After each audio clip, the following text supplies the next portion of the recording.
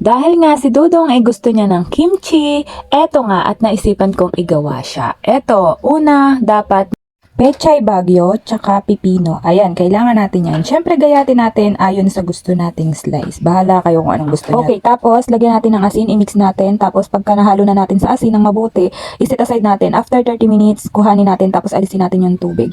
Siyempre, dapat nakahiwa na rin kayo ng carrot, sibuyas, tsaka yung spring onions, tsaka itong bawang.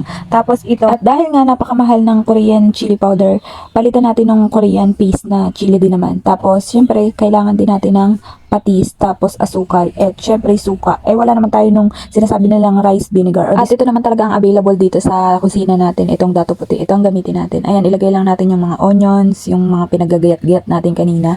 Tapos, pagkatapos nyan, lagyan natin ng paminta, suka, yung asukal, lahat ng mga ingredients, ihalo-halo natin dyan para bahala na kayo, tansyahin nyo na kasi ako nagtansya lang din naman ako kasi nung gumawa ako nung una, sinunod ko yung pinanood ko kaso parang feeling ko hindi ako nasarapan. Tapos ang ginawa ko, nagtansya-tansya na lang din ako ng ayon sa gusto kong lasa. Tapos ayun, i-mix-mix lang din natin lahat ng mga pinaglalagay natin, i-mix natin. Tapos hanggang sa maging ganyan na nga siya. O, di ba, kakunti na siya. Tapos, ayan na, tapos na. O, di ba, napakadali naman talagang gawin. Tsaka alam nyo ba, sarap na sarap dyan si Dudong. Parang feeling ko nga lalo ako minamahal ni Dudong dyan eh. Uy, she's